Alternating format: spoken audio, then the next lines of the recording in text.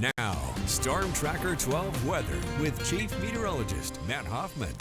Well, here in southern Oregon and northern California, we will be seeing a bit more in the way of some clouds in the days ahead. We saw some of those moving in tonight and through the afternoon.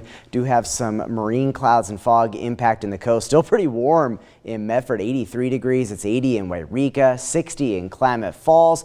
We got another hot day on tap for tomorrow. So despite some mix of sun and clouds, for your Saturday, temperatures will still be awfully toasty, some dangerous heat in our west side valleys. It'll be a milder night tonight, and we'll be looking for those highs into the triple digits tomorrow. That warning going until 8 p.m. Monday. The heat advisory goes through 8 p.m. tomorrow.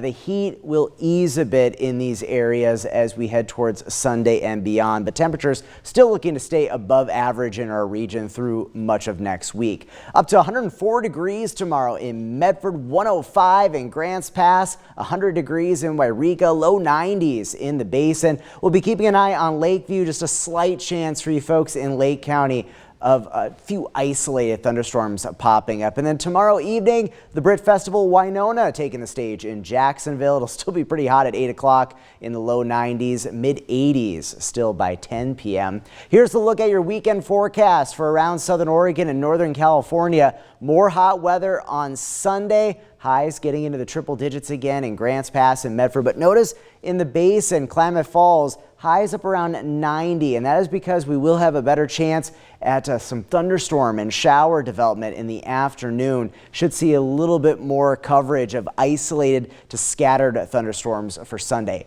You'll see that with Stormcast here. A few isolated thunderstorms into Lake County, primarily later in the day tomorrow. Most of us will be dry. The big thing will be the heat. And then as we move on into Sunday into the afternoon, some thunderstorms possible along the Cascades into Siskiyou County, Klamath and Lake County as well. And we can't rule out a thunderstorm sneaking into parts of Jackson County and the Rogue Valley, especially towards Ashland. And then Monday, we are in the midst of a pretty active stretch of weather. More spotty to scattered thunderstorms firing up in northern California and into parts of southern Oregon. We'll also have that potential for a storm in the Rogue Valley. First day of school for Medford on Monday. Here's a look at that forecast.